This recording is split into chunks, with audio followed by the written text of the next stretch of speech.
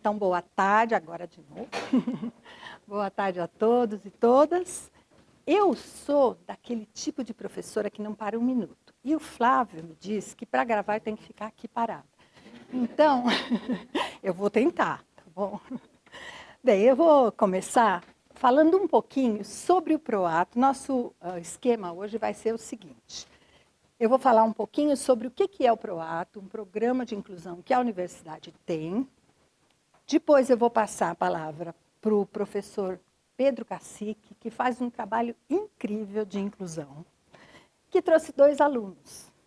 Porque eu sempre acredito que a voz dos alunos, dizendo que é a inclusão para eles, nos ajuda a pensar como melhorar, né? O que falta, o que pode ser melhor e o que eles têm se apropriado a partir da inclusão. Também apresentar aqui a Cris para começar. A Cristiane Lico, quem não conhece, o Mackenzie tem um programa Mackenzie de Inclusão, que é ligado ao Instituto. Então, não é só para a universidade, é para o colégio, para os outros espaços e instâncias do Mackenzie. E a Cristiane Lico é a responsável lá, a psicóloga que trabalha lá. E é parceira do PROATO, muito parceira. Obrigada, Cris. Viu? Bem, vou pegar aqui só um minuto. E o seu nome? O meu nome é Roseli Caldas. Muito obrigada, professora, por perguntar. Roseli Caldas, eu sou a coordenadora do PROATO, sou professora do curso de psicologia, agradecer aí os colegas da psico que estão aí, e há 2 anos, mais ou menos, coordeno esse programa que está ligado à Pró-Reitoria de Extensão. Então, a gente é uma parte, há vários programas na Pró-Reitoria de Extensão, o PROATO é um deles. E aí, começar contando um pouquinho qual que é o objetivo do PROATO. A proposta é que haja um acolhimento, um apoio para que os estudantes ingressem, sejam bem-sucedidos no seu curso e saiam com competência para o exercício profissional. Então, eu penso que isso é importante, talvez eu repita isso, porque quando a gente fala em inclusão, é importante que o diploma entregue para alguém que tem uma deficiência tenha a mesma condição de exercício da profissão do que qualquer outro. Então, há algumas coisas que a gente pode flexibilizar, em termos de tempo do curso, e outras que a gente faz lá no PROATO, mas o exercício sempre é que o estudante tenha recurso para o exercício da sua profissão. Independente de ser um estudante cego, um estudante surdo, um estudante com autismo e outras deficiências que a gente tem recebido. Então, o aproveitamento acadêmico. Qual é o público? Basicamente, 2 vertentes. Aqueles que têm dificuldades nos processos de ensino-aprendizagem e as pessoas com deficiência. Isso é inclusão, porque muitos desses que têm dificuldade se sentem, por vezes, excluídos também. Né? Aqui, a minha equipe. E eu vou pedir para eles levantarem, falarem um pouquinho, rapidinho, o nome e o que eles fazem. Essa parte não vai ficar gravada porque está sem o microfone, mas pode ser. Sou Evaneide, assistente social do PROATO, trabalho com essa equipe de gente maravilhosa que respira a inclusão na universidade. E a gente está aqui para pedir para vocês que nos ajudem também com essa temática, que ela é muito importante. A gente tem percebido que nos últimos anos os alunos com deficiência, os alunos com alguma outra necessidade têm precisado do nosso apoio, seja numa escuta, num acolhimento, e lá a gente tem feito isso no PROATO. O meu trabalho lá é apoiar essa equipe, eu faço essa triagem, esse acolhimento, direciono o aluno, o estudante que precisa de algum apoio, seja ele pedagógico, até mesmo alguns encaminhamentos, quando a gente atende esse aluno e percebemos que ele precisa de um apoio psicológico. Quando o aluno não tem esse apoio na família, não tem essa condição, a gente tem feito um mapeamento de rede e algumas parcerias para poder encaminhar esse aluno e pensar na qualidade dele aqui na universidade. Isso mental, né, física e social. E aí a gente pensa que a inclusão ela é um todo. Então, acho que é isso. Obrigada. Ivaneide, que a gente chama de Neide. Boa tarde a todas, todos. Acho que a maioria aqui me conhece, quem não apareça na TV. Eu me chamo Leônidas, no PROATO eu atuo como psicólogo, mais especificamente na vertente da psicologia escolar. O meu trabalho basicamente é identificar o que a gente chama de queixa escolar, né? Associar os problemas que os estudantes trazem, que nem sempre vem como queixa escolar, também como qualquer queixa, e fazer uma relação disso com a vida dele na universidade. E existem várias questões, né, que podem afetar, desde uma questão de relacionamento interpessoal em sala de aula, problemas de saúde mental, problemas de saúde qualquer, que possam interferir. A gente faz um trabalho de rede, como a gente falou, então a gente tem uma parceria com o Serviço Escola, de Psicologia do Mackenzie, com outros serviços também externos, né, gratuitos, para estudantes em vulnerabilidade social, e alguns serviços de parceria para outros estudantes que podem custear um serviço de psicologia. É um trabalho que é feito em equipe, então a psicologia nesse contexto ela não é clínica, né? Lembrando disso, é uma psicologia escolar institucional, então a gente busca entender os processos acadêmicos e escolares da instituição, por isso que a gente trabalha muito com os professores, com formação continuada, né, de professores. E apesar do acolhimento que a gente faz individualmente com os estudantes lá no PROATO, no João Calvino, o nosso foco, né, a ideia é sair um pouco de lá e começar a acessar mais os professores que estão na ponta, que são aqueles que lidam diariamente com a diversidade. A gente recebe muitos estudantes com deficiência, mas a gente recebe mais estudantes com outras questões, que a gente chama de psicossociais. Acho que uns 70% talvez, né, dos estudantes não têm deficiência lá, tem outras questões, inclusive questões de saúde mental, ansiedade, depressão, e eles chegam lá procurando ajuda psicológica como se fosse uma clínica. E o nosso trabalho, é claro, né, não é um trabalho clínico, então eles são encaminhados para outros serviços e são apoiados nas unidades acadêmicas. Então, algumas adaptações feitas envolvem grupo de apoio para esses estudantes, de compartilhamento de experiência, de atividades que eles possam fazer juntos, uma articulação com os professores, né, alguns estudantes, eles têm mais dificuldade de relacionamento hoje, eu acho que é um consenso aqui, e esse é um trabalho que a gente também busca fazer junto com os professores, né, como é que a gente aborda esses alunos, como é que a gente treina esses estudantes de alguma maneira a desenvolver comportamentos que envolvam o coletivo, né, sair um pouco do âmbito individual. Então, basicamente, é um trabalho que envolve o acolhimento e envolve os professores. Os professores se tornam um trabalho sem, enfim, apagar incêndio. E a gente, apesar de apagar incêndio também, busca fazer um trabalho de mudança cultural para inclusão aqui de forma ampla, né? Há pessoas com deficiência e há pessoas com diversas questões aí. E se há inclusão nessa necessidade, porque há exclusão de alguma maneira. Obrigado. Obrigada, Léo. Cristiane. Boa tarde a todos e todas.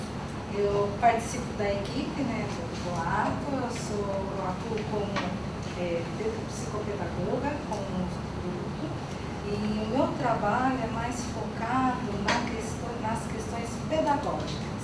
Então, vou dar um exemplo para vocês. O estudante chega lá e fala para mim, olha, eu não consigo me organizar com o tempo. Eu tenho um trabalho para entregar daqui 15 dias, por exemplo, e eu não consigo entregar no prazo.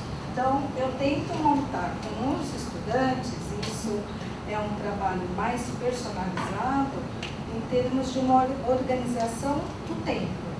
Então, envolve uma orientação de estudos que eu acredito na saúde integral.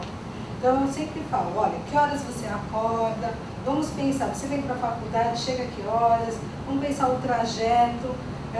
Qual que é o período que você se dedica para estudar? Aonde você estuda? Então, todas essas questões eu consigo, junto com um grupo, porque não é só um trabalho individual, tem às vezes trabalhos em grupos de estudantes. A gente consegue ali pensar algumas soluções em conjunto. Esse semestre eu tive a experiência de ir em algumas unidades. Então, teve uma estudante que falou assim para mim, olha, eu gostaria que você participasse da banca de TCC, TCC 1. E aí eu me senti honrada, né, no sentido assim, que você começa a ver alguns frutos que nas orientações com eles começam a ganhar uma certa confiança. Também teve uma situação do estudante falar assim, olha, a classe que eu estou, quero aprender como é que faz um fichamento. E aí eu falei, então nós vamos marcar um horário fora da aula, que isso é uma atividade extra, eu não posso utilizar a sala horário de aula para fazer uma atividade desse tipo. Então, o PROATO, em termos de equipe, nós temos estendido para ir também nas unidades.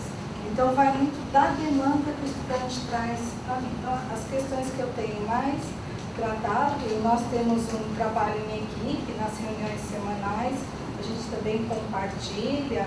Às vezes o estudante está comigo, mas também é encaminhado para o Leônidas, como psicólogo, ou a Ivaneide também. Então, é um trabalho em conjunto, não é um trabalho individualizado. Bom, obrigada, Cris. Sejam bem-vindos. Se quiserem conhecer o próximo, fica no João Calvino. João Calvino, mezanino do João Calvino.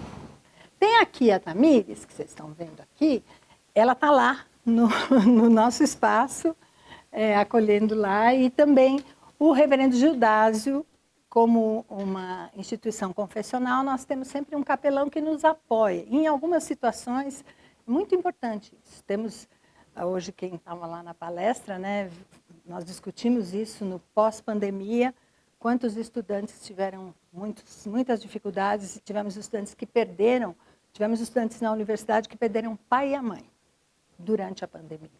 Então, um apoio também do capelão nestas situações de luto tem sido bem bacana. Além disso, eu não sei se está no slide, mas eu vou já adiantar, nós temos em cada unidade um professor responsável pelo PROATO lá. E eu vou pedir para elas levantarem aqui, tá? Tem a Débora, que é do CEFT. Débora está chegando agora, a gente teve uma troca, né, Débora? Ela fica no CEFT e é a nossa representante lá, né? Temos a Jamile, que também está chegando agora, do CCSA, que está também representando o PROATO. A professora Suzete, levanta isso, que é do CCBS. E a professora Daniela, que é do CCL. E acho que são esses que estão aqui. Nós temos, em cada unidade universitária, um professor que faz a mediação dos cursos com o PROATO. Bom, quem são as pessoas com deficiência? Eu acho que esse quadrinho, e eu quero agradecer, porque a gente fez uma parceria lá com a Cibele, que vai fazer a outra oficina, e aí ela tinha um slide prontinho, muito bom. Falei, me empresta aí, né? Porque a vida é assim, né? Então, a gente tem lá, né? Deficiência física, baixa visão, cegueira ou deficiência visual, baixa audição, surdez, né? Diferente isso. Deficiência psicossocial, o Léo falou um pouquinho sobre isso, que são os efeitos de uma questão séria de saúde mental. Deficiência intelectual, que nós temos menos estudantes. O transtorno do espectro autista, do autismo, que não entrou como uma deficiência, não era uma deficiência, mas a partir de algum tempo agora já é considerado deficiência. E deficiências múltiplas que dificilmente a gente tem na universidade. Alguém surdo, cego, dificilmente conseguiria acompanhar o curso universitário, por exemplo, né?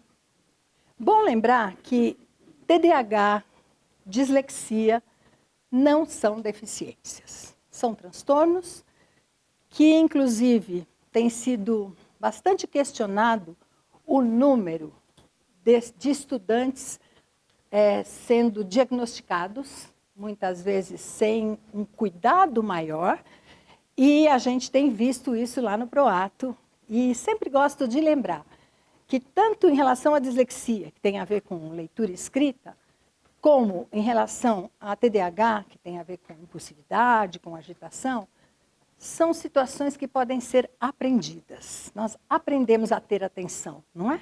A gente pode aprender isso, porque às vezes entra quase como um álibi. Eu tenho TDAH, então eu não tenho atenção à aula. Vamos ajudar. E a Cristiane tem ajudado bastante os alunos a pensarem como é que eu desenvolvo minha atenção. Porque isso é E nessa geração que faz tantas coisas ao mesmo tempo, muitas vezes, isso é bom, né? Fazer várias coisas ao mesmo tempo. Agora, precisa ver com que profundidade isso está sendo feito, e acho que essa é uma questão ligada também à universidade. Você quer falar, professor?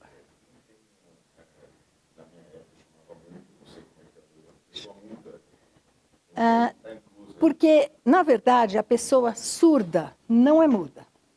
Ela não fala porque ela não ouve. Muitas delas são oralizadas, que a gente chama, né? A pessoa consegue falar, mas ela não consegue ouvir.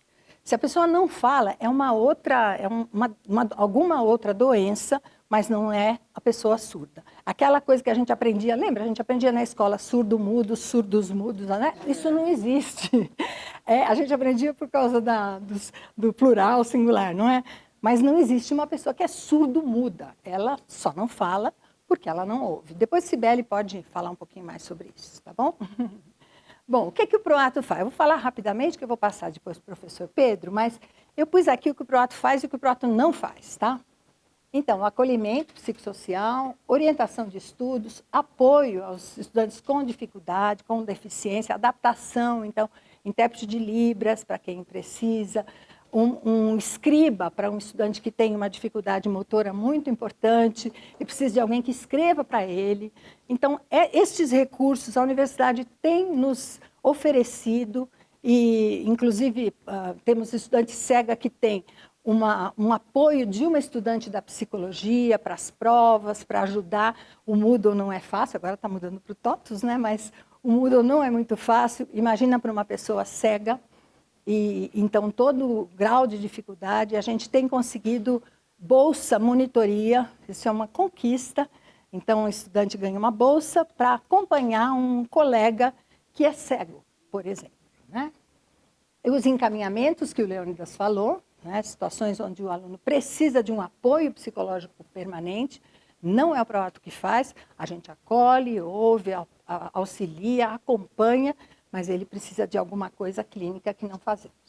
Orientação e apoio aos professores cada vez tem crescido mais, eu gosto muito, porque eu acredito que nós, professores, é que estamos ali no dia a dia, né, de frente. O que você faz, né, quando você chega lá agora, porque não tem como saber antes, eles entram no vestibular, eles têm um tempo de matrícula, e aí você chega na sala e tem um estudante que é surdo, tem um estudante que é cego. E aí a gente precisa junto pensar alternativas, né? E alguns eventos formativos, tanto internos como externos. O nosso site lá do Proato tem todas as palestras que a gente já fez, chamando gente de fora, com professores da casa, para que a gente possa divulgar o que é possível fazer na universidade em relação à inclusão. Trouxe rapidamente aqui alguns dados, né? O Leônidas é bom nisso aqui, então, os números, né, de atividades. Então, reuniões, o número de estudantes atendidos no ano passado, então você vê que é bastante, né? A equipe é pequena, a gente trabalha rapidinho lá.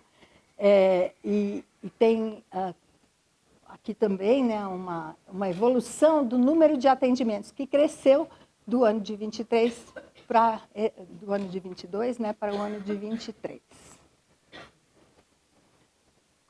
Estudantes, família, professores, equipe técnica e outros setores, as reuniões que a gente faz. E aí vou fazer uma observação rapidinha em relação às famílias. A gente estava na psicologia, né, Suzete, discutindo como a gente tem se preocupado um pouco com a infantilização de muitos estudantes. Não sei se vocês têm visto isso, mas assim, a minha mãe nunca tinha ido na universidade quando eu estudei, né? E a gente no Proato tem recebido muitas vezes pais e estudantes. Temos sempre o cuidado de dizer que podemos ouvir o pai, mas queremos ouvir o estudante primeiro, né?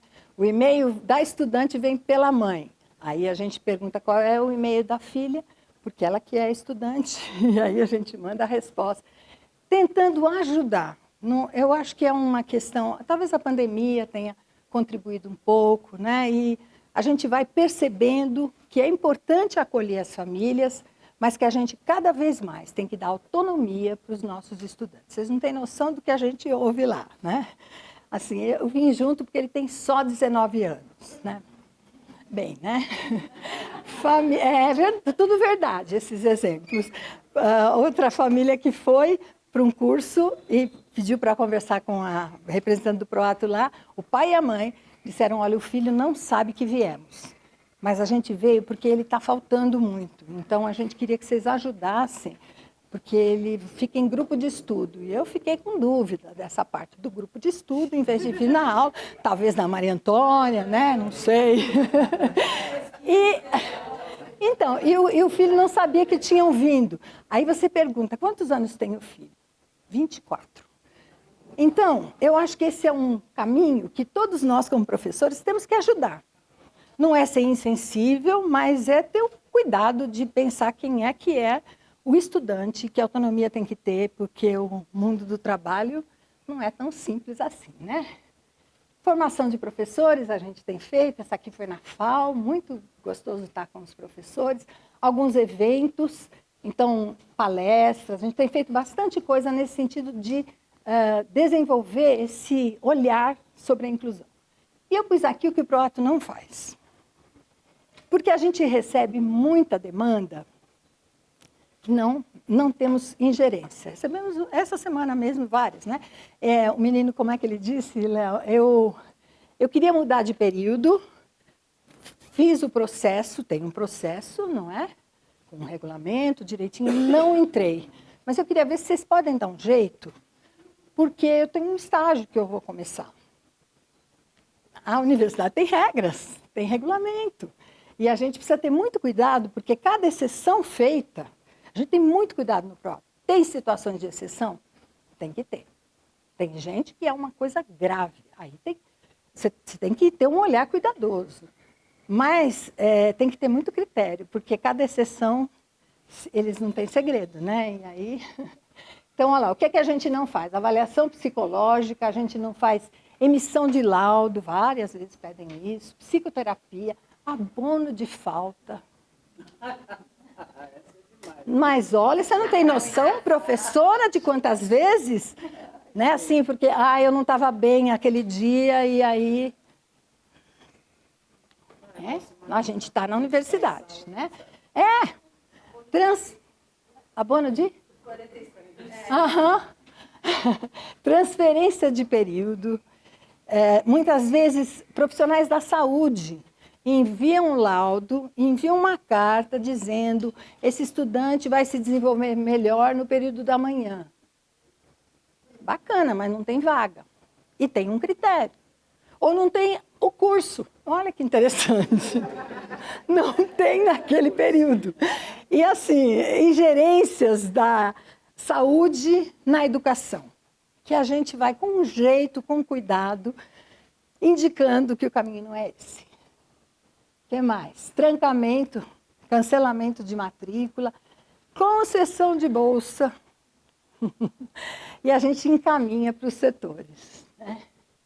Bom, aqui o caminho para ser acompanhado. Isso aqui é importante, porque a gente pede que eles acessem o TIA, tem lá um linkzinho do Proato. Agora está tudo meio parado por conta da mudança para o TOTUS, mas vai ser resolvido. Ele preenche os dados. No final, você pega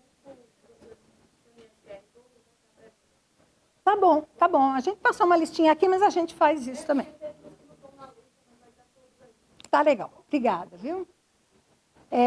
E por que a gente faz isso? Porque o espaço do Proato lá é um espaço pequeno, não tem muita privacidade, então a gente marca. Nada é urgentíssimo caso, porque se for um caso de extrema urgência, é departamento médico, não é Proato.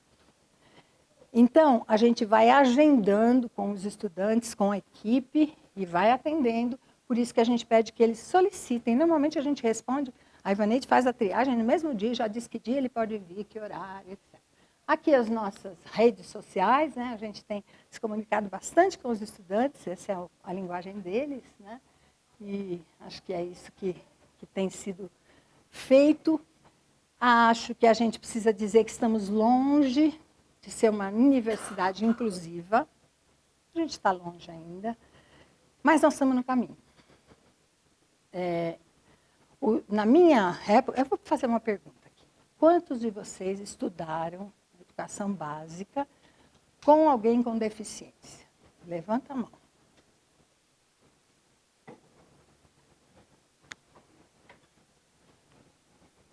Pois é, eu também. Eu tive contato com as pessoas com deficiência quando eu tinha 11 anos. A igreja que eu frequentava tinha uma terapeuta ocupacional que trabalhava no Lar Escola São Francisco, que hoje nem é outro nome, nem tem mais, e fez uma gincana com as crianças do Lar Escola, que eram crianças com deficiência física, e as crianças da igreja. Eu tinha 11 anos, foi a primeira vez que eu vi. O que acontece? Se eu faço essa pergunta para os meus estudantes hoje, eu já fiz isso algumas vezes, a maioria levanta a mão. Porque essas pessoas estão na educação básica. E da educação básica, elas, claro, né, saem do médio e estão na universidade. Então, acho que esse é o nosso desafio, grande desafio. Eles estão chegando na universidade, nós temos que nos preparar, porque eles têm direito de serem ouvidos, de terem acessibilidade e de fazerem seu curso. A gente vai ver hoje isso na prática. Professor Pedro agora, e eu vou pedir só um intervalinho para a gente trocar o microfone. Olá, gente, tudo bem? Agora oficialmente, né? Eu sou o professor Pedro Cacique, lá da Faculdade de Computação. Já me sinto incluído por ser da computação nessa conversa, né? Porque normalmente a conversa atrai mais professores das humanas do que das exatas. Mas eu quero trazer um ponto de vista do pessoal das exatas para vocês, conversar um pouquinho sobre como que a gente tem apoiado os alunos, alguns casos de sucesso, para a gente discutir um pouquinho também, tá? Bom, me apresentando oficialmente, eu sou o professor Pedro Cacique. A maioria me chama por Cacique mesmo, é sobrenome, então meus pais já ajudaram desde pequeno, né? Então fiquem à vontade, me encontrarem, pode me chamar de Cacique mesmo. Eu trabalho, então, na Faculdade de Computação e Informática, sou professor dos cursos de computação, sistemas de informação, os cursos gerais da FCI. E, além disso, eu trabalho junto com a Apple, fora aqui do Mackenzie, em 2 projetos diferentes. Um é o Apple Distinguished Educator, que é uma comunidade de professores no mundo para discutir educação e tecnologia. Então, eu tenho me envolvido muito com as pesquisas de educação na área da tecnologia. E também estou como Apple Professional Learning Specialist, não traduziram, então deixei como estava, mas é o especialista de educação profissional. Ou seja, eu levo para as escolas o que a Apple tem de tecnologia para ajudar a implantar na sala de aula. Então, se vocês precisarem também de ajuda nessas áreas, fiquem à vontade para me contactar, tá? Na minha área de pesquisa geral, eu tenho trabalhado muito agora sobre arte generativa. Alguém já ouviu falar desse termo? Arte generativa? Que bom que poucos, porque a gente pode conversar um pouquinho. E hoje eu quero falar sobre arte para vocês. Roseli deve estar ali, calma, eu chamei para falar de inclusão, você vai falar de arte? Vai dar certo, vai dar certo. Quero fazer um paralelo com vocês sobre o que eu tenho estudado um pouco de arte generativa, sobre o projeto que eu trabalho lá na FCI, e a gente vai chegar num ponto comum aí sobre a inclusão, tá? Bom, eu gosto de começar com citações, então vocês vão ver algumas citações. O Mondrian, Pierre Mondrian, artista, acho que vocês já devem ter visto pelo menos o quadro famoso, que é aquele com os retângulos coloridos, né? Ele disse o seguinte: o único problema na arte é alcançar o equilíbrio entre o subjetivo e o objetivo. Isso é engraçado, né? Porque às vezes a gente vai visitar um museu e a gente para na frente da peça e fica, legal, né?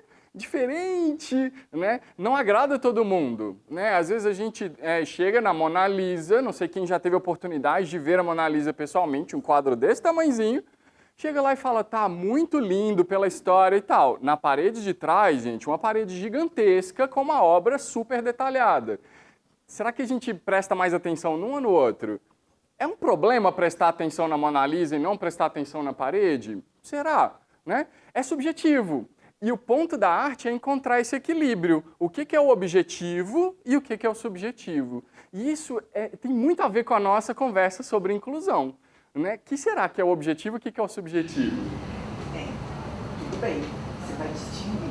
Vamos. Mas o Mondrian, ele sai das vanguardas racionalistas. Então, aí tem um contexto para ele falar isso. Se a gente for colocar arte hoje, não é mais assim, tá? Exato. É só para fazer isso, daqui é um contexto. início do século XX. Exato. É um problema da arte do início do século XX. Aham. Eu tenho um pastor que ele falava que um texto sem contexto é pretexto. Já ouviram isso? Né? Uma citação fora de contexto vira pretexto. E aqui foi um pretexto para a gente discutir o subjetivo e o objetivo. Tá? Mas vamos lá. Exato. Exato. Eu trouxe isso porque às vezes eu falo para as pessoas que eu trabalho com arte e apresento algo assim para eles. As pessoas ficam, tem certeza que você é artista? Já ouvi muito isso, né? Gente, eu fiz essa arte aqui no código. Então eu programei isso para que o computador gerasse os riscos de um lado para o outro. A arte generativa é gerar uma peça gráfica através de código, na verdade através do segmento de regras. Quando a gente faz no computador, a gente está chamando ali mais comum como arte generativa. A princípio parece muito simples. Essa é a releitura de uma obra que foi considerada a primeira obra de arte generativa nos anos 40 para 50. Imagina, conseguir... Acho que todo mundo conheceu o computador mais antigo sem ser esses que a gente está usando hoje. Sabe que era uma parte gráfica muito diferente, né? Quando a gente mostra assim, aí fala, não é arte, isso é só um rabisco na tela, né? Aí as discussões de arte a gente entra depois. Mas o que eu quero mostrar para vocês, nesse caso aqui, é que eu, particularmente, sou apaixonado por padrões. Eu não sei vocês. Converso muito com meu psicólogo sobre isso. Adoro padrões. Então, tudo que eu tenho trabalhado com arte generativa, eu gosto de incluir padrão. Por exemplo, essa. Por exemplo, essa outra. Cacique, um monte de quadrado com cores diferentes. Olha o padrão, que bonito, gente. Vocês conseguem ver um padrão aqui das repetições dos quadrados e cores? Se eu chegasse para vocês e falasse que esse código que eu criei, escrevi lá a programação, gerou essa imagem, também gerou essa. Vocês conseguem ver padrão nessa aqui? Apesar de parecer um pouco mais bagunçada do que a outra, né, principalmente o lado de lá, existe um padrão. O padrão que eu programei foi, para cada linha, você vai colocar um quadrado e vai girando o quadrado de forma aleatória para lá. Todas as linhas seguem o mesmo padrão. Conseguem perceber? Às vezes é difícil a gente encontrar padrão onde não parece ter um padrão, né? Não estou ainda discutindo se o padrão é bom ou ruim, tá? Estamos falando só de padrão ainda. Então, quando a gente olha para isso e pensa, tá, onde está o padrão? Será que a gente consegue se esforçar para encontrar um padrão? Essa também é uma releitura de uma outra obra, de uma artista que se chama Vera Mona. Ela faria 100 anos, se não me engano, nesse ano. Morreu, se não me engano, agora na época da Covid. E ela foi a primeira artista aí de arte generativa que foi registrado, pelo menos. E essa é uma peça que ela fez. Conseguem ver padrão nessa bagunça? Existe um padrão, né? A gente consegue ver aqui alguns espaçamentos e dentro de cada espaçamento nós temos quadriláteros. 4 pontos ligados, bagunçados porque estão um em cima do outro. Mas existe um padrão. Olha que diferente, às vezes a gente olha para isso e fala, tá, não existe padrão aqui. Como é que você pode me dizer que você seguiu regra para gerar isso? Segui uma regra, gerei a peça, né? Essa aqui é bem inspirada na Bauhaus, né? Uma escola alemã, se não me engano, né? Que trabalha com esse formato muito conhecido. Aí vocês já devem ter visto algum quadro também, Tokstok trabalha muito com isso, né? Mas existe um padrão. Está um pouco mais bagunçado, mas existe um padrão. Depois a gente comenta sobre ele. E esse, tem padrão? É uma curva de nível, né? Existe um padrão. Imagina que eu peguei o lápis e fui seguindo. A cada vez que eu ia seguindo, eu ia girando um pouquinho o lápis. Para cada quadrinho desse aqui, para cada espacinho da tela, ele me diz a regra para poder inclinar para um lado ou para o outro. Olha que engraçado, eu mostrei para vocês várias peças de arte, né, que foram criadas seguindo regras. Como é que a gente começa a pensar em paralelos aqui para a gente também na educação? Cada semestre que a gente chega, a gente tem essa semana para definir as regras da nossa sala de aula. Nosso plano de ensino, nosso plano de aula são regras comuns. Tem vários professores, eu inclusive, que muitas vezes utilizam o mesmo plano de ensino, dá uma modificadinha ali no plano de aula, porque a matéria ainda continua muito próxima, né? Dá uma atualizada, mas continua muito próxima. Será que cada semestre que eu dou aula seguindo as mesmas regras, as aulas saem iguais? Não saem, né? Porque a aula não depende só da gente. O padrão não é só o professor, mas é o professor, os alunos, todo o contexto que está acontecendo, se ela é remota, se ela é presencial. Existe toda uma série de regras que precisam ser seguidas para a gente ter a nossa obra final, né? Que é a nossa sala de aula. E aí, mais uma citação aqui para a gente. Esse é um psicólogo, George Day, ele é professor na Universidade de Toronto. Ele trabalha muito com educação inclusiva, especificamente antirracista. Olha essa frase dele. Inclusão não é trazer pessoas para algo que já existe. É criar um novo espaço, um espaço melhor para todo mundo. E aí, tradução livre minha, tá? Mas ele diz, então, que a inclusão não é colocar todo mundo, é a gente criar um espaço para todo mundo, né?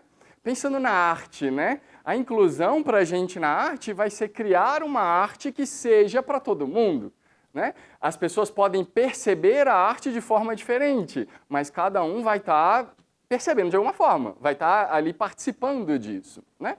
Mesma coisa a sala de aula, né? Será que a gente traz aí a mesma sala de aula, o mesmo plano de ensino, o mesmo plano de aula para ter o mesmo resultado? Acho que é um pouco diferente, né?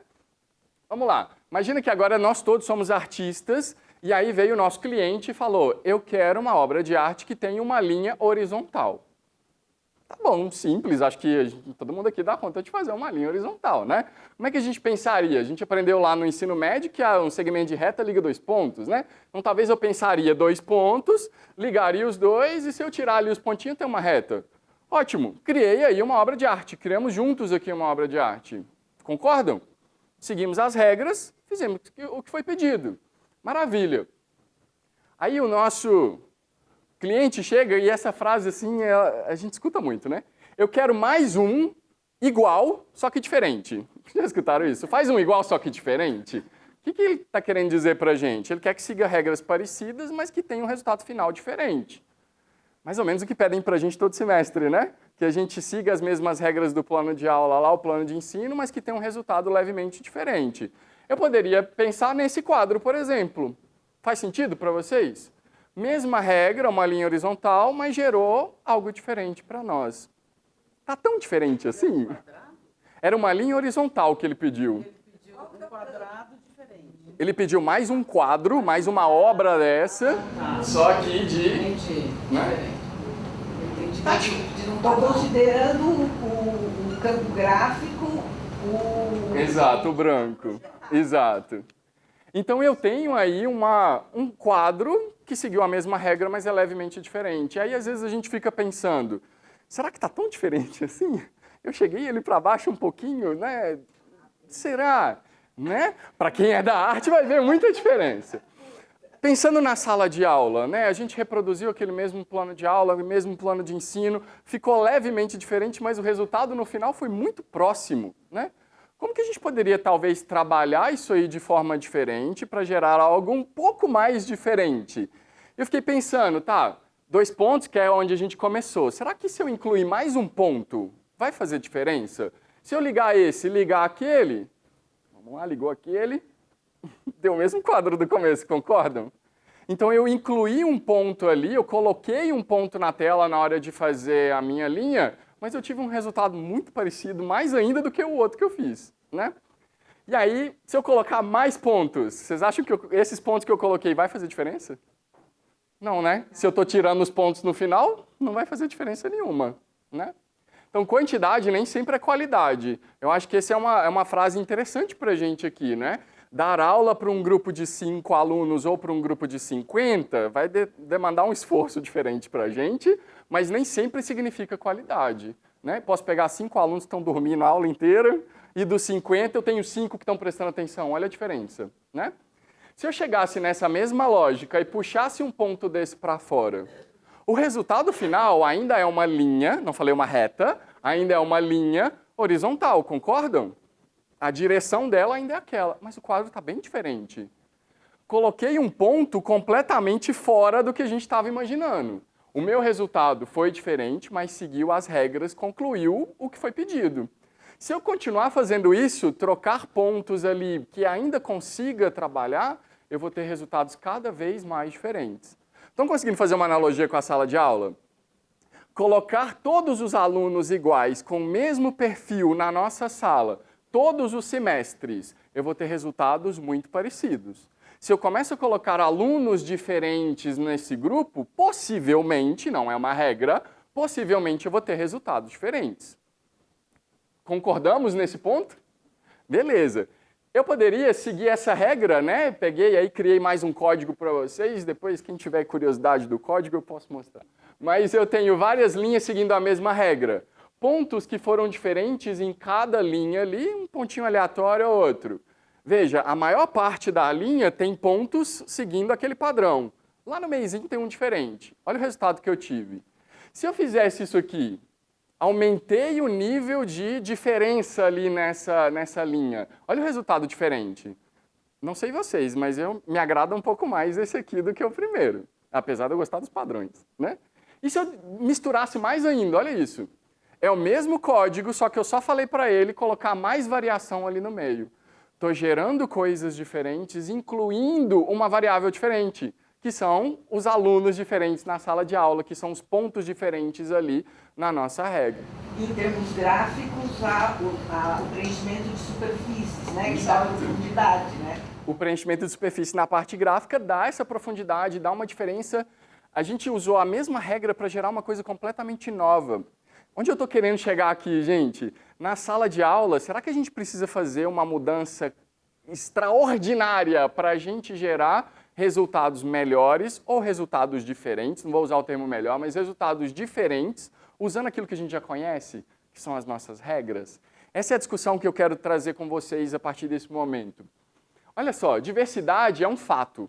Mas inclusão é uma escolha que nós fazemos todos os dias. Quem falou foi a Nelly Borreiro, ela é líder ali, é uma executiva da Accenture, que é uma das maiores empresas de tecnologia que a gente tem atuando aqui no Brasil hoje.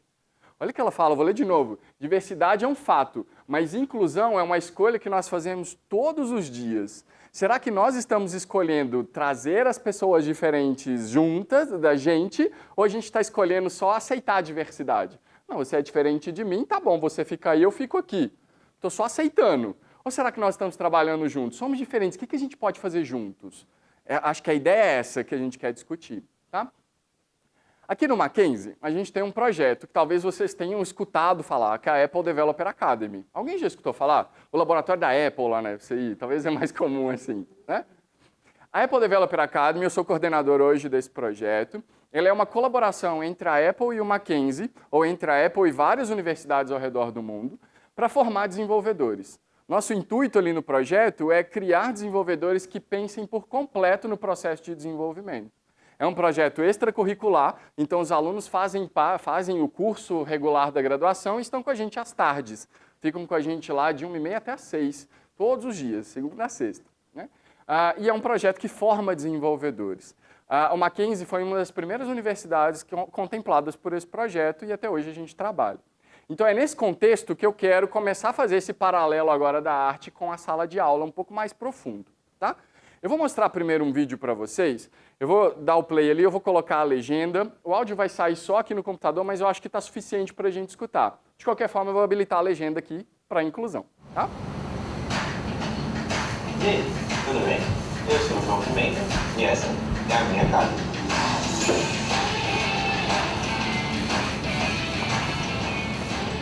Uma das minhas maiores paixões são animes e mangás. Bom, uma boa história é aquela que a gente se sente imerso no universo em que ela nos apresenta. Dentro da casa, pude aprender como construir um app em que o usuário se sinta imerso durante toda a sua experiência. Também tive a oportunidade de desenvolver minhas soft skills. É como se sentir o seu multiplayer favorito, em que seu time está na desvantagem, mas conseguem virar o jogo. Dentro da Academy, eu descobri que programar pode envolver muita criatividade. Mais do que isso, me sinto muito mais satisfeito ao saber o propósito das linhas de código montadas. A comunicação com a equipe de design torna a programação muito mais eficiente. O principal aqui na Academy é explorar todas as áreas possíveis. Afinal, ninguém é bom em tudo. E é por isso que a Academy é única, pois dessa forma, compartilhamos e adquirimos experiências e ao final de cada produto, geramos muitas e muitas conquistas. Não perca essa oportunidade. As inscrições para a próxima turma já estão disponíveis.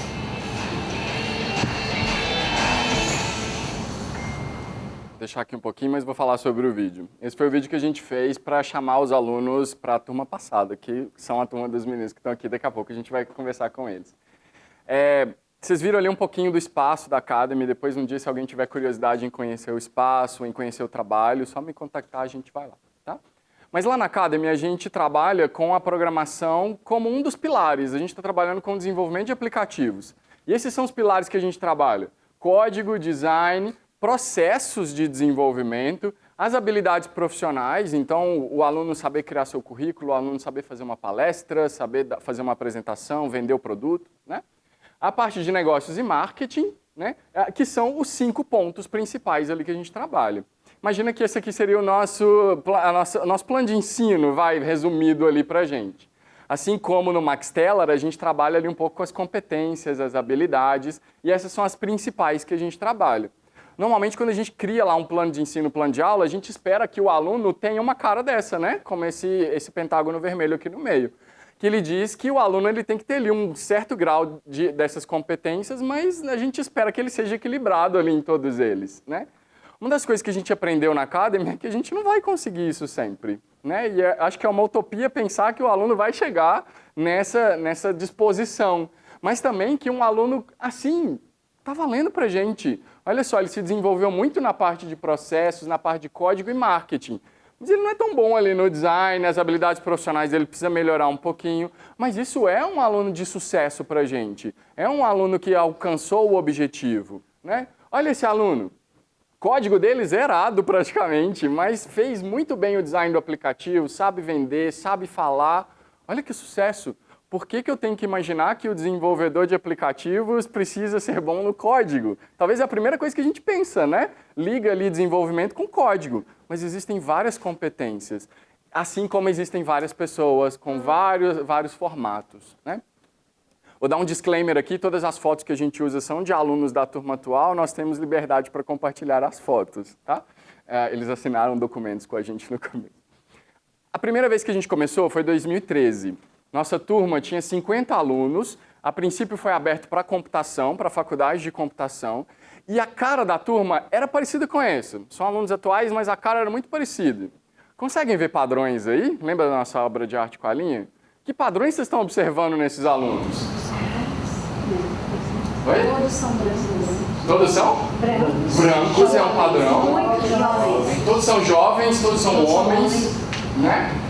Esse era um padrão muito real pra gente. 50 alunos, a gente tinha 1 ou 2 meninas, se não me engano, na primeira turma. Reflexo também dos alunos da faculdade de computação, né? Da época, hoje já está bem diferente, né? Mas a gente tinha isso e a gente começou a pensar nesses resultados que a gente estava tendo. Será que faz sentido a gente ter uma turma completamente igual, para a gente ter, igual no estereótipo, para a gente ter resultados diferentes? A segunda turma que a gente teve foi assim. E aí, mudou alguma coisa? Aumentou o óculos. A diversidade ali agora é o óculos, mas a roupa toda preta, né? Mas o que eu estou querendo mostrar para vocês? À medida que foi passando, a gente foi formando alunos que tinham o mesmo estereótipo, tinham o mesmo background, todos eles tinham mais ou menos a mesma classe social, tinham mais ou menos o mesmo círculo social. Então, a gente tinha resultados muito parecidos, bons, mas muito parecidos. Lá na Apple, eles falavam pra gente que toda turma que a gente tinha ia fazer um aplicativo de ginástica, ia fazer um aplicativo de delivery. A gente toda turma vai fazer. Por que será? Né?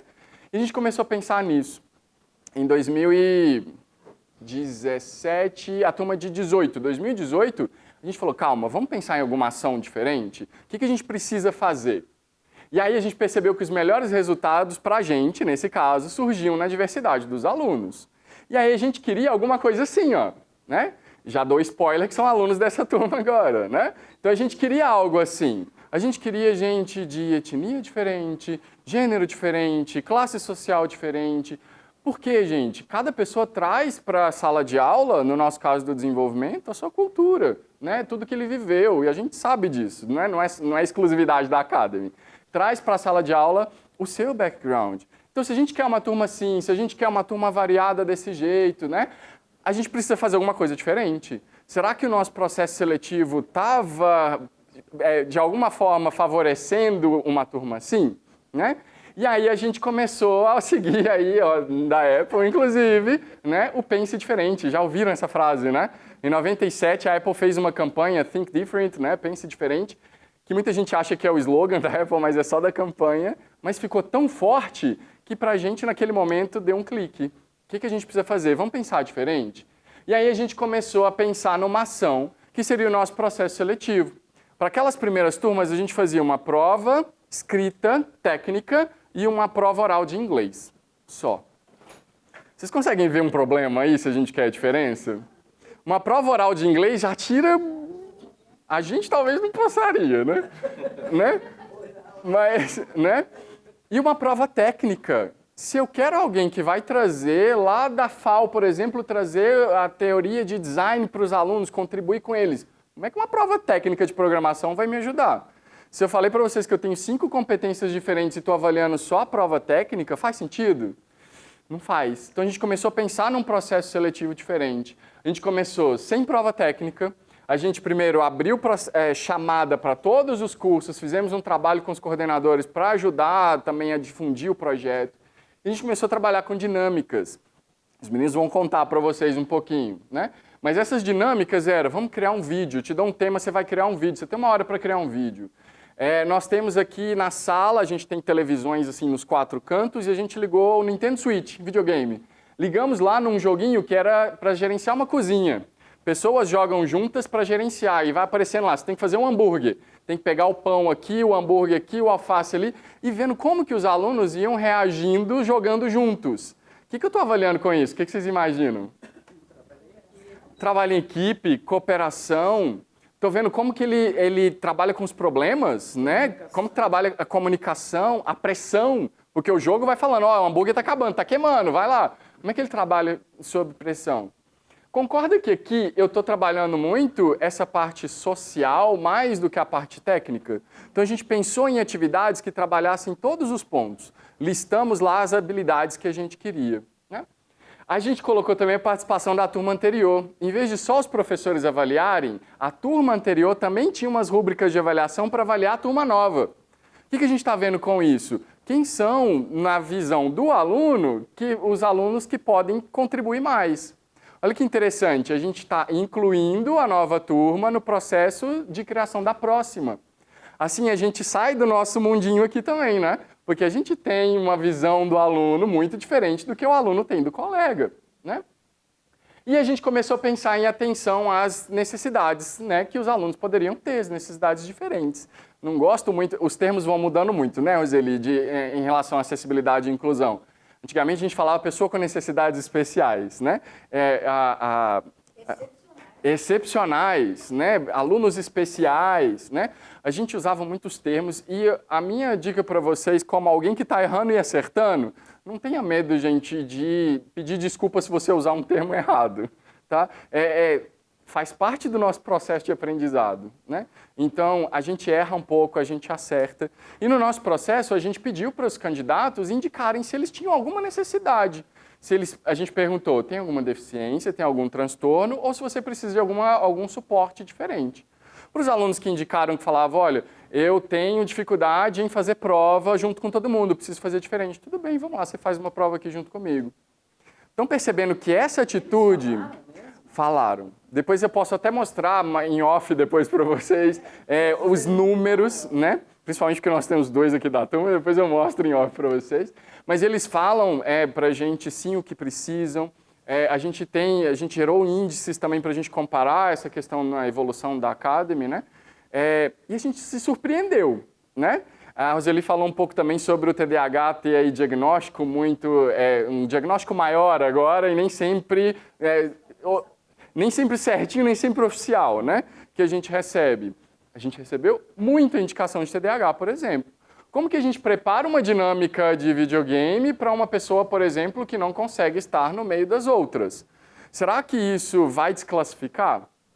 Olha o tanto que a gente teve que planejar esse processo para a gente poder incluir e aceitar a diferença, né?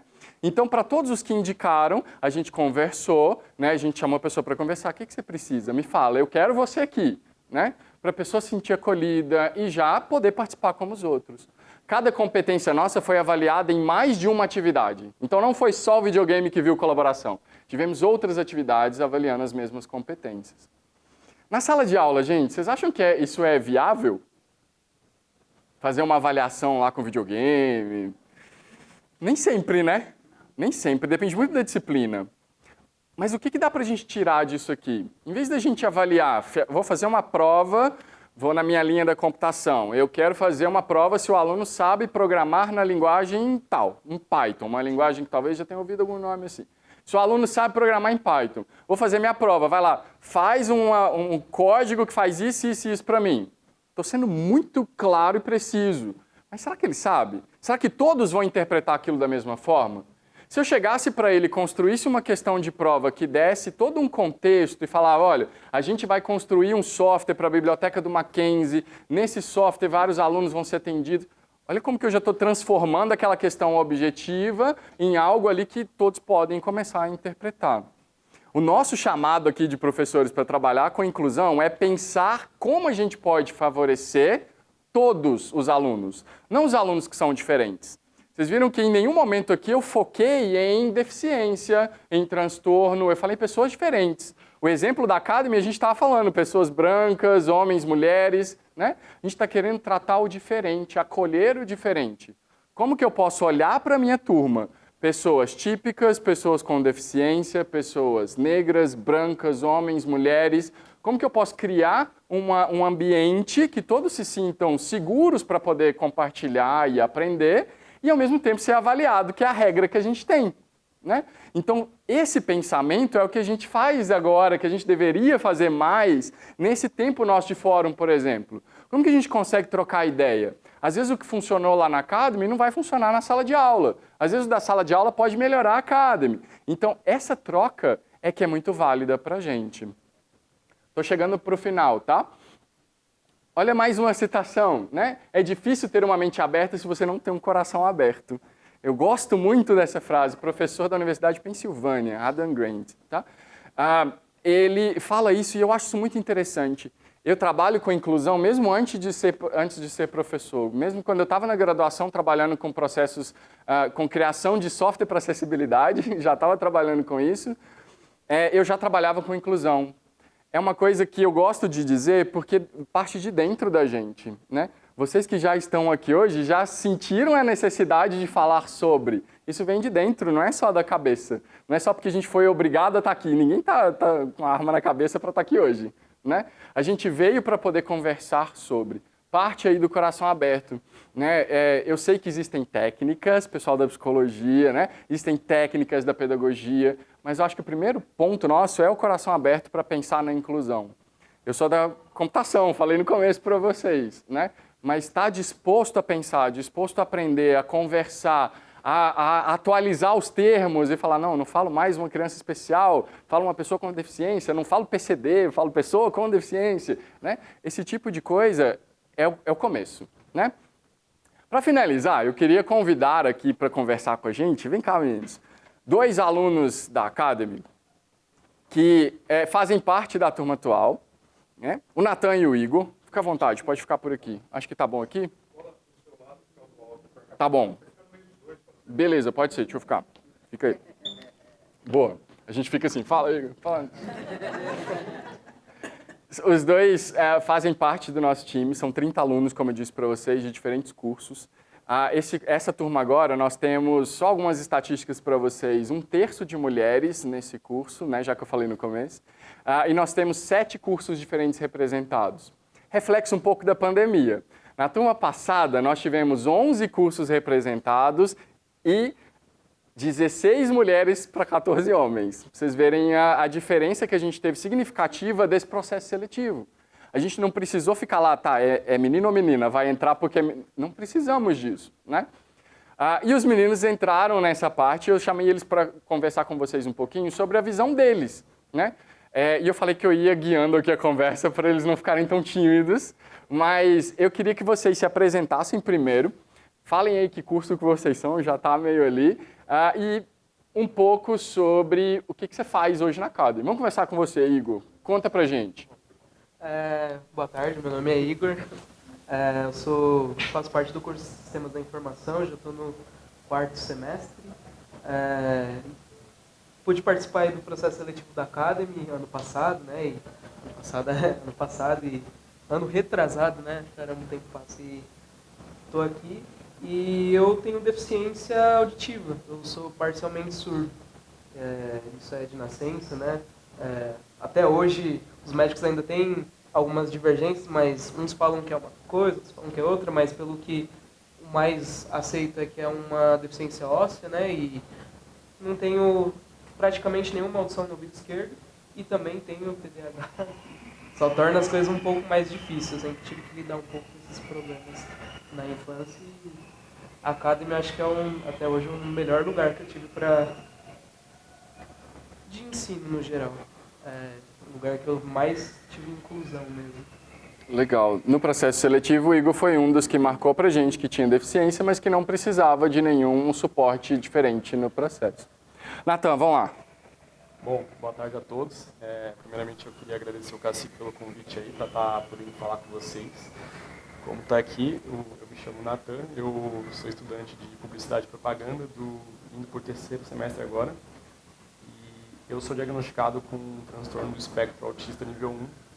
E, bom, assim como o Igor, eu sinto que dentro da Academy eu me sinto confortável em compartilhar das minhas inseguranças com os alunos, justamente porque a gente, desde o começo ali, desde o processo de inscrição mesmo, que tinha as opções lá de você marcar se você tinha algum tipo de deficiência ou transtorno, a partir dali eu já percebi que eu estaria indo para uma direção onde eu poderia me sentir confortável com relação a isso.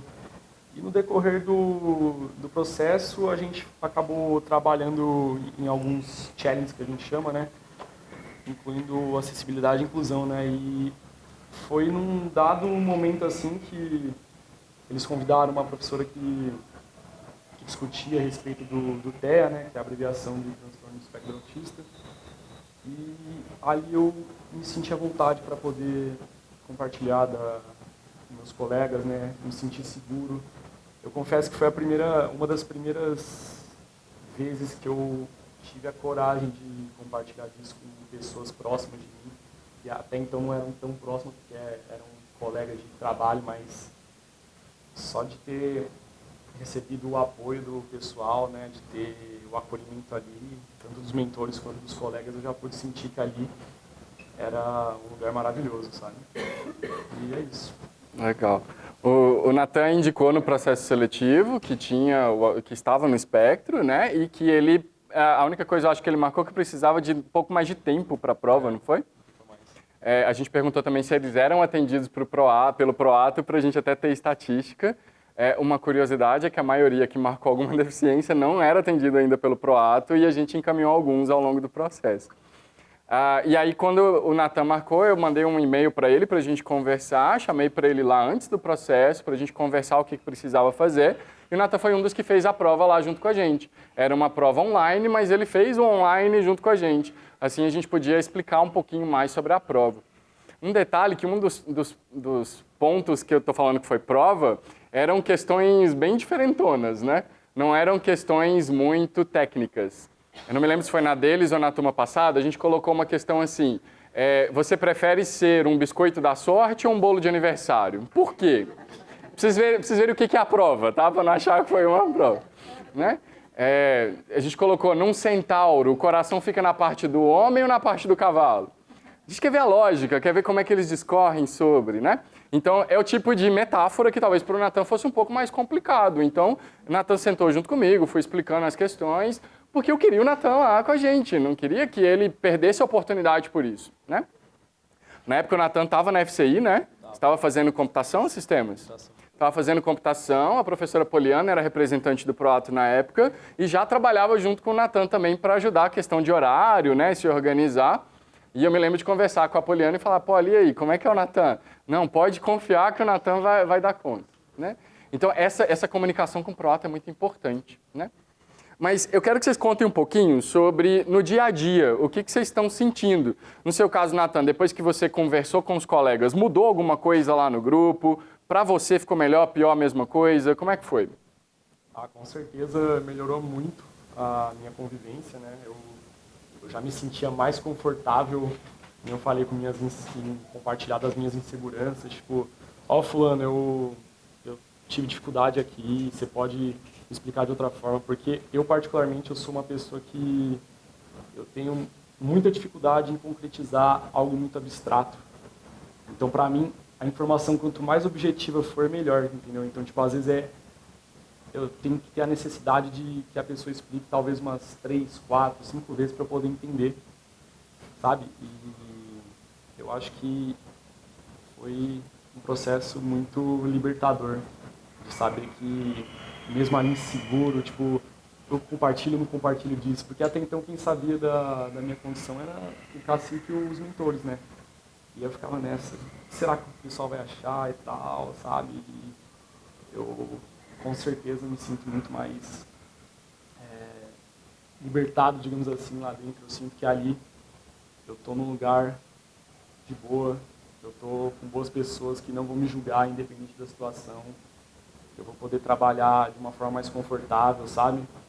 E é muito bom ter essa sensação essa liberdade de poder contar com pessoas que abraçam a sua causa, que te acolhem nos momentos complicados ali, porque, né, infelizmente, não é em qualquer lugar que a gente vê isso hoje em dia.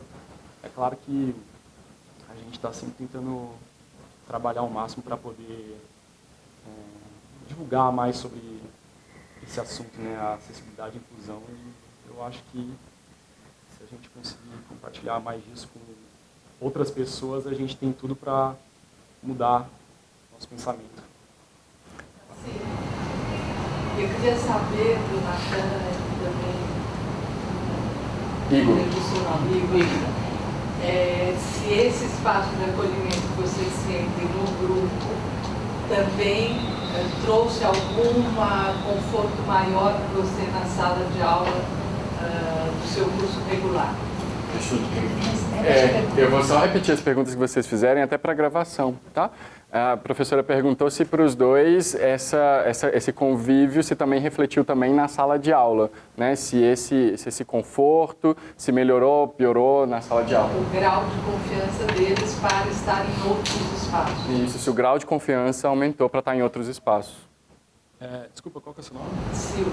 Silvio, quando você fala que aumentou essa confiança, em que sentido? De ficar mais à vontade com os estudos? Você ficou mais à vontade na sua sala de aula, não só no grupo de trabalho com o professor Cacique? Então, particularmente, para mim foi sempre tranquilo com relação a isso, tipo, dividir um espaço totalmente diferente da Academy, isso desde que eu me conheço como gente assim, mas eu acho que a sensação que dá, né, tipo, com certeza dentro da Academy é de que eu tô seguro ali, sabe?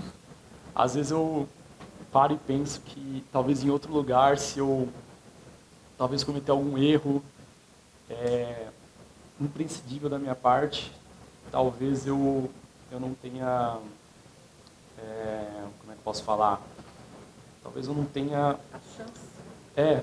Ou talvez eu não receba aquela resposta positiva, tipo, não, eu entendo, acontece e tal. Às vezes é de outra maneira, entendeu? Tipo, basicamente é isso, eu penso assim. Antes só do Igor responder essa, quando a gente aceitou o desafio de ter pessoas com deficiência ou com algum transtorno, a gente também ficou gelado, né? Porque a gente não é preparado para isso, normalmente, né?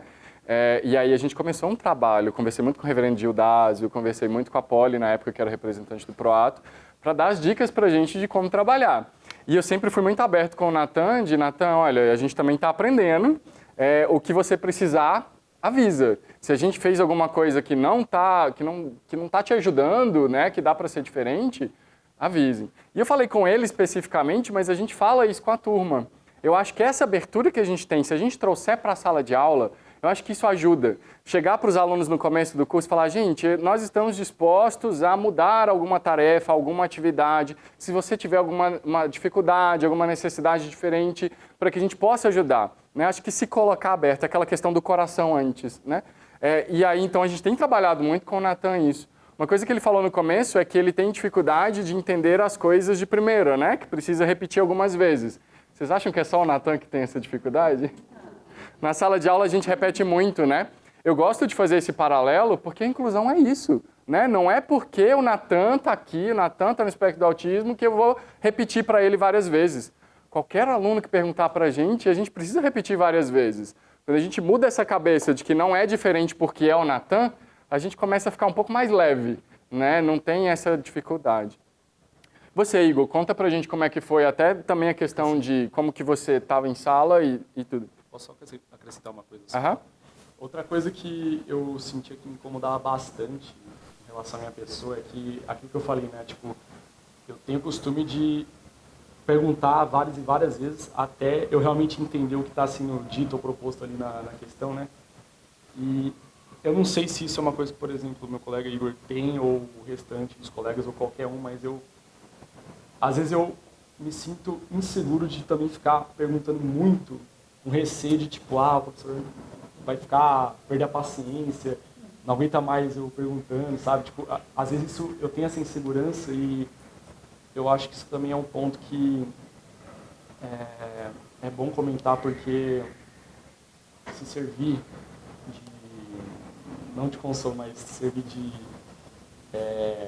enfim, se for uma dica boa, tipo, ter um pouco mais de paciência, assim. Eu não estou falando que algum professor específico existe, tal, de forma alguma, eu só estou falando que, às vezes, eu acho que ter um pouco mais de paciência, independente da pessoa que você está ali atendendo, faz toda a diferença. Afinal, o professor está ali para isso, né? Ele está ali para te ajudar até você entender. Muito bom. Natan, só uma coisinha, porque eu já dei aula para vários que estão de pé, né, no controle de carne de pé. Você tem dificuldade de compreender figura de linguagem, metáfora, ironia, ou não? E expressão facial também nesse sentido? Desculpa repetir a pergunta. A professora está perguntando se o Natan tem dificuldade de entender figura de linguagem, metáfora, fisionomias, expressões faciais, especificamente porque ela já trabalhou com alguns outros alunos no espectro do autismo. Eu já tive mais quando eu era mais novo, quando eu estava ali me descobrindo e tal, quando estava ali no comecinho das terapias com o psicólogo que eu tinha, né? Mas conforme o tempo foi passando, eu fui melhorando essa questão. Mas em algum ponto ali ou outro, às vezes sim. Então aí é legal, uma dica para você, porque é uma coisa que eu fazia, que eu pedia. Você contar qual a dificuldade, porque às vezes a gente tem que explicar de outro jeito, entendeu? Achar uma outra maneira, né? E eu tive um aluno que ele falava assim, ironia, né? Sabe? Porque ele não entendia, ele era absolutamente literal, né? Então eu também fazia uma expressão, ironia, né? Sabe? Às vezes a gente ajeita uma forma de se comunicar dependendo, né, se a gente consegue entender o que está acontecendo, onde está o ponto da dificuldade, sabe? Esse é o ponto para mim. Tipo, não só com a comunicação, mas com a forma de aprender, entre outras coisas. Para mim, eu tenho que entender de uma forma mais objetiva, que nem eu havia falado, né? Tipo, quanto mais objetivo for, mais fácil fica para mim compreender. E para esse ponto, quanto mais a gente conseguir indicar os alunos para o atendimento no Proato, a gente vai ter esse suporte. Porque o pessoal do Proato tem os representantes nas faculdades, os representantes conseguem trazer para a coordenação que o aluno X tem uma dificuldade X e eles passam para os professores daquele semestre. Então, sempre que vocês também perceberem em sala de aula algum aluno que tem alguma dificuldade diferente, repasse. Faz sentido. Vamos lá, Igor, para a gente conseguir fechar no tempo. Eu já até esqueci qual era. Falar sobre a sua experiência na Academy e na sala de aula, o que você tem de diferente na Academy e se você também se sente mais confiante ou menos confiante em outros ambientes além da Academy. Sim. Não, a minha família descobriu isso quando eu era pequeno.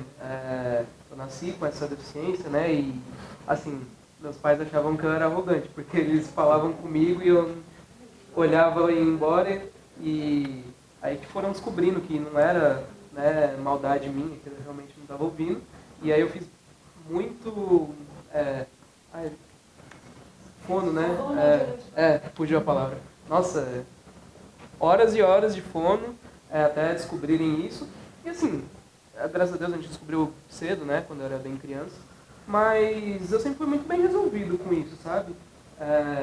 Na escola, meus pais sempre me orientaram assim, a explicar, tanto na escola ou qualquer ambiente novo que eu esteja, explicar isso para as pessoas, porque realmente as pessoas vão achar que eu estou sendo arrogante, que eu estou ignorando. Então eu sempre fui instruído a explicar isso para as pessoas e eu sempre assim, fui muito bem resolvido com isso na escola. Na escola, em todos os ambientes, eu sempre chegava e explicava e eu sempre levei isso muito em tom de brincadeira, sabe? O pessoal brinca, até na Academy mesmo, né? O pessoal fala alguma coisa no osso, o pessoal brinca comigo, mas eu nunca achei ruim, sabe?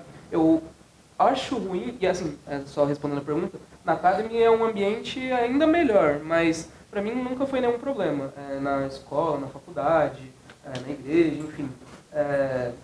Mas eu sempre tento dar esse aviso, porque uma vez, só um parênteses, eu estava no acampamento e eu estava deitado na minha cama e deitou um amigo, na época, um desconhecido do meu lado, e ele começou a puxar um assunto comigo, eu acho que ele ficou uns 10 minutos falando. E eu tava assim, eu tava pensando no que eu ia comer. Deitado justamente do lado, né? Não sabia, eu tava olhando pra cima, eu não sabia. Nossa, eu acho que... Aí teve um amigo na frente que olhou essa situação e falou, Igor, tá falando com você, né? Aí eu tive que explicar, ele falou, nossa, no primeiro dia eu te achei, tava te odiando na minha cabeça, porque, né, ele achava que eu tava ignorando ele. E na Academy é um ambiente ainda mais acessível para mim, ainda melhor, mas, por exemplo, na sala de aula eu sempre tive um pouco de dificuldade de entender, um pouco igual o Natan, né? Para mim é um pouco difícil, ainda mais que, assim, era do turma do fundão, então já estava longe, já estava um pouco no barulho, então era um pouco difícil de entender o que o professor estava falando e ouvir, na verdade, e quando ouvia, às vezes não entendia, né? Porque eu tenho um certo grau de TDAH, então eu preciso também explicar 1, 2 vezes, às vezes, o que está falando para eu conseguir entender. Então eu sempre tive essa dificuldade e acho que na Academy foi o lugar que talvez eu menos tive isso. O lugar que eu mais tenho adaptabilidade, assim, sabe? Mais facilidade de entender, enfim. Acho que era isso, né? Do meu ponto de vista, enquanto professor, eu acho que, nesse caso, é a nossa liberdade de conversar com os alunos. Uma vez que os dois conversaram com a gente fala, a gente vai acertar e a gente vai errar. Vai ter hora que vocês vão ficar bravos com a gente por algum motivo, fala. Né? Então, essa questão da comunicação. Né? Eu puxo a orelha dele direto. Vocês estão vendo ele usando algum aparelho auditivo aqui no lado esquerdo? Né? Então, acontece muito. Então, ele não utiliza o aparelho. Ele não está escutando. Então, eu sei que desse lado ele está. Eu já me adaptei a ficar mais do lado direito do Igor. Porque eu sei que ele vai me entender melhor. Tá vendo que a comunicação, a gente tem pessoas diferentes, necessidades diferentes, ações diferentes, né? Tem uma pergunta para o Igor. Igor, como professor te ajudaria quando está na frente explicando para você? A pergunta é como que ajudaria se o professor está na frente, literalmente na frente. Está escrevendo a lousa, de costas para você. Isso dificulta no momento. Se na sala de aula um professor virado, se vai atrapalhar para você. Sim, assim, se a pessoa não está direcionada para mim, não está falando direcionado, está falando um pouco para o lado, ainda mais se estiver no meu lado esquerdo, zero entendimento. Inclusive, hoje eu estava num restaurante com o pessoal da Academy, e eu estava numa mesa, tinha 2 mesas, a mesa do lado, eles estavam falando muito alto, e eu estava perguntando para o amigo que estava na frente, o que eles estão falando? Porque eu não estava entendendo o que eles estão falando, porque eles estavam desse lado. Então, assim, o professor, se ele não falar direto para mim, é muito difícil eu ouvir, e assim, era erro meu também de sentar mais atrás, hoje na faculdade eu sento mais pro fundo, mas eu devia sentar mais para frente mesmo para conseguir ouvir, mas, sim, se ele não falar para mim, muito próximo não. Se ele fala virado para a lousa, assim, não ouço. Dificilmente Uma vou. coisa, tô curiosa. Por que você senta no fundo? Se você tem TDAH, A professora perguntou por que senta no fundo se sabe que tem. Não, eu não sempre sentava no fundo, né? Mas de vez em quando e sempre levei bronca. continuo sentado no fundo. Ele quer saber como. A turma do fundo é mais legal. Não, eu queria dar essa resposta. Eu queria entregar direto. Mas não, eu não sento sempre no fundo. Às vezes eu sento no meio e tal. Eu não gosto muito de sentar na frente. Eu não me sinto confortável mesmo ouvindo melhor. Não sei, eu nunca gostei muito de sentar na frente, mas é erro meu mesmo. Aí eu também não posso reclamar, porque eu sei que eu estou errado nisso. Essa é uma dica do Proato, viu? Os estudantes que procuram o Proato e tem alguma deficiência, né, até o TDAH, a gente orienta, senta na frente, fica longe, né, da porta, senão você vai ver a pessoa andando pra lá e pra cá. E eles percebem que eles podem também fazer alguma coisa para compensar isso. Minimizar ao invés de fazer alguma solicitação de, sei lá, vou ficar 1 hora a mais na sala. Então, tem outras maneiras de construir a tua atenção, né? E é nosso papel entender o que funciona e o que não junto com ele. Você não quer sentar na frente, aí você tem que compensar de alguma forma. O que você faz? Você estuda mais em casa? Como que você compensa isso? Era o certo, né? Assim que eu vou. Deveria. Eu acho que... Não, mas brincadeiras à parte, né? Oi? Eu consigo entender um pouco, mas nunca fiz nenhum curso. Às vezes eu consigo entender o que a pessoa está falando pelo lábio, mas o professor que está na frente é difícil, né? Mas eu compenso assim, eu tenho um pouco essa dificuldade de entender ouvindo. Eu gosto de fazer praticando. Eu sou um aluno que aprende mais praticando do que ouvindo as outras pessoas falarem. Quando o Cacique tem uma aula, desculpa, Cacique, eu não entendo. Quando ele me passa o código e eu consigo olhar o que ele fez, entender e fazer várias vezes, aí sim eu consigo entender. Então, por exemplo, matemática eu tinha mais facilidade do que português, por exemplo. Porque matemática eu fazia conta, entendia. Português, não ia muito pra frente. Então, eu compensava assim, mais praticando, mais fazendo do que ouvindo. Acho que mesmo se eu ouvisse 100%, acho que é mais do meu método de aprendizado. Acho que continuaria com dificuldade de entender. Acho que é mais prática mesmo. Só em TDAH, meu filho tem TDAH, né? E aí eu estou lendo um livro até aqui, só. Eu ia psicóloga, né? Ela veio me procurando, e aí acho que eu estou estudando com TDAH, mas eu sempre fui uma boa aluna. E é legal que o Gabo fala, né, que o TDAH é o cérebro dormindo, ele fala que é uma alergia nós temos sensibilidade com o outro. Né? Eu sou adepta das práticas de pedagogia ativa. Né? Eu vejo que meu filho, por exemplo, se dá melhor as aulas onde ele tem fichas, ele tem que desenvolver o assunto com a orientação do professor. E as aulas, ainda que o professor seja um excelente orador,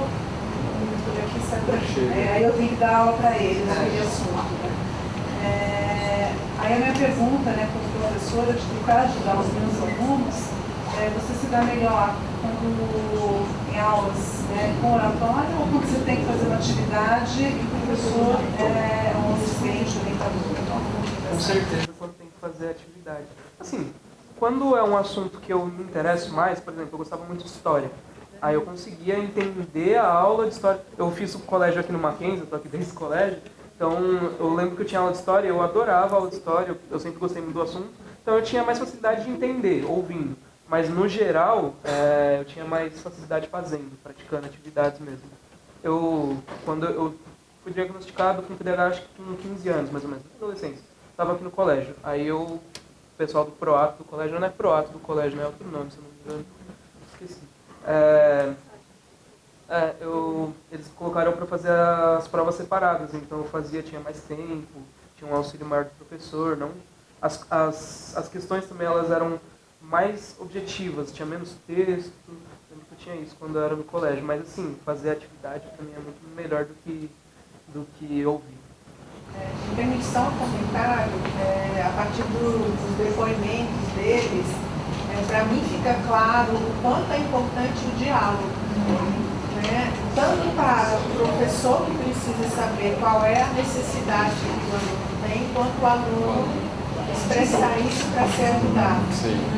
Então, quando você fala que é libertador, eu entendo que é o encontro, nesse momento do encontro. Então, eu acho que estimular esse diálogo é importante, né, nesse sentido, porque o professor também não sabe. E assim como cada um tem uma especificidade, até mesmo para quem não tem autismo, para quem não tem TDAH, tem outras dificuldades de ansiedade, de outras tantas coisas, que gera também uma necessidade, né? Então, abrir esse espaço para a expressão dessa dificuldade, eu acho que é legal. Isso. Gente, o nosso tempo já estava estourando 5 minutinhos. Eu queria agradecer a participação de vocês, a participação dos meninos, porque esses momentos são que fazem a gente pensar diferente, né? A última citação que eu deixei de volta ali, pense diferente, né? Vamos pensar diferente, vamos começar a discutir mais sobre isso, né? Natan tem a especificidade dele, o Igor tem a dele, mas todos os outros nossos alunos têm. Essas discussões é que vão fazer a gente pensar diferente, agir diferente, né? E eles sempre, né? Sempre. Eles são sensacionais, viu? Né? E é isso, obrigado.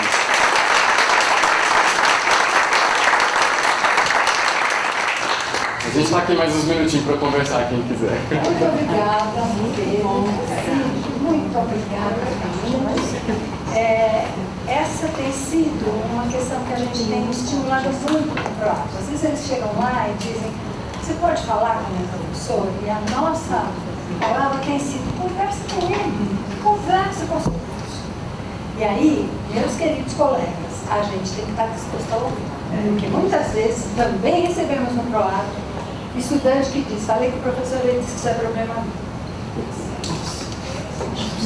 já ouvimos hoje lá de manhã quanto que a relação professor-aluno abre esse espaço de liberdade ou fecha. E aí o menino fica morrendo de medo. Ele não diz nada e às vezes não diz nada nem no PROACT. Muitos estudantes com dificuldade, com às vezes deficiência, não revelam de medo de serem discriminados. A gente precisa ser diferente como universidade. Eu queria contar um caso. A gente tem um aluno que foi agora para o segundo semestre. Por isso que eu perguntei se ele ia lá, sabe? A gente descobriu no meio do semestre que a dificuldade dele, ele é surdo, completamente surdo. Então, o PROACT, né, trouxe a Camila, que era a intérprete de Libras, para ele, e que era um amor, né? E eu dou aula de história, eu sou da design, né? E eu dou aula de história do design do primeiro semestre. Então eu fazia isso, eu ficava de frente para ele, a gente já teve uma aluna lá. Só que no meio do semestre, eu falei, Camila, descobre pra gente o que está acontecendo, porque vê se você consegue tirar, né, não falar o nome, né, o que é que está acontecendo. No meio do semestre, a gente descobriu que ele não sabe português. Ele foi alfabetizado em a única língua desse menino é E aí, a gente não tem como resolver, a gente, professor. O nosso incentivo, estímulo e apoio mesmo real é que ele tenha um curso de português. É fundamental. Porque ele precisará disso, né? Se der. Isso, precisará. Uma alfabetização em formação. Mas como ele passou no vestibular? Você sabe? Não me pergunte, é nossa dúvida. Nem pergunta que a gente alguém deve ter tido uma intérprete. Ele teve intérprete e escriba no vestibular. Mas e a vida escolar? Esse tem sido um ponto de discussão que a gente tem tido para ter mais integração. Por quê? Porque quando a gente oferece algumas, é importante oferecer, mas é preciso ter uma outra continuidade lá. Porque senão, como é que faz? Não é? Então, são desafios, e muitos. Cenas do próximo capítulo. Para a gente, como PROAT, é sempre muito importante saber o que está acontecendo. Porque está enorme. E a gente conhece. Vocês conhecem, eu sei que a gente já estimulamos para o curso. Então, mas aí a história foi assim, no meio do semestre. Porque aí, por exemplo, tinham mais textos para ler, mais trabalhos para, enfim, apresentação, sabe? Apresentação. Aí eu falei, bom, aí eles param, eles usam a palavra pra gente. Acho que é isso. Pessoal, não se esqueçam do QR Code que a moça pediu. Olha, uma coisa importante antes de fechar. Precisa do QR Code que está ali para você ter